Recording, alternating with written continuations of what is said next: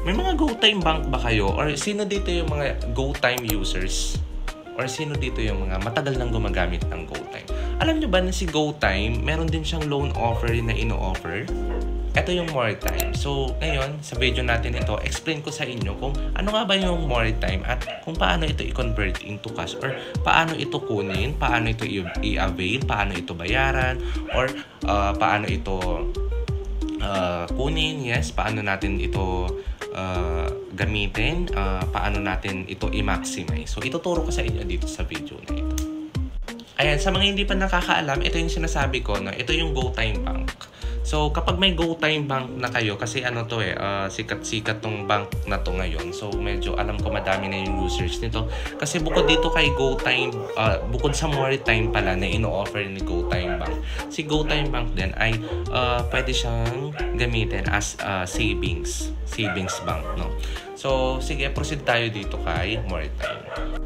Ayun. So, ito yung More Time, no? Nakikita nyo yan. Ito yung 100,000 credit limit offer.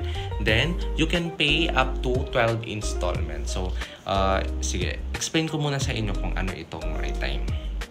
So, ang More Time ay loan offer siya, no? Or, kumbaga, pahiram siya. Loan or utang siya na offer ni GoTime. Ayan. So, alam ko up to 100,000 yung credit limit na offer na pwedeng i-offer sa inyo ni More Time. So, paano muna ito gamitin? So, si More Time ay ina-accept siya ng mga Ayan. So, paano nga ba natin i-convert si More Time? So, si More Time ay pwede siyang i-convert via scan QR.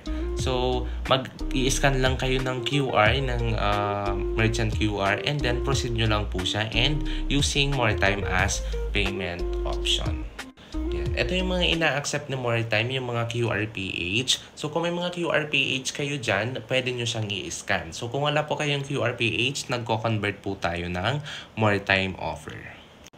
So, si More Time po, kailangan nyo po siya ng initial deposit para po ma-convert ninyo siya or ma-avail nyo po siya. So, bali, sa More Time section po makikita nyo dyan yung More Time calculator. Then, pwede nyo pong i-calculate doon kung magkano po yung need na deposit for you po to avail dito kay More Time.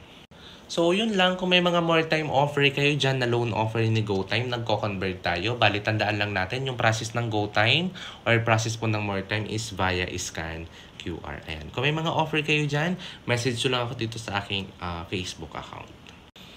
Ayan. John Lennon Pacherca, yung may blue check. Search nyo lang sa Messenger yung name ko, then message nyo po ako. Ayan. May bagong update kasi ngayon si Meta na kailangan nyo munang i-add friend or kailangan friends muna kayo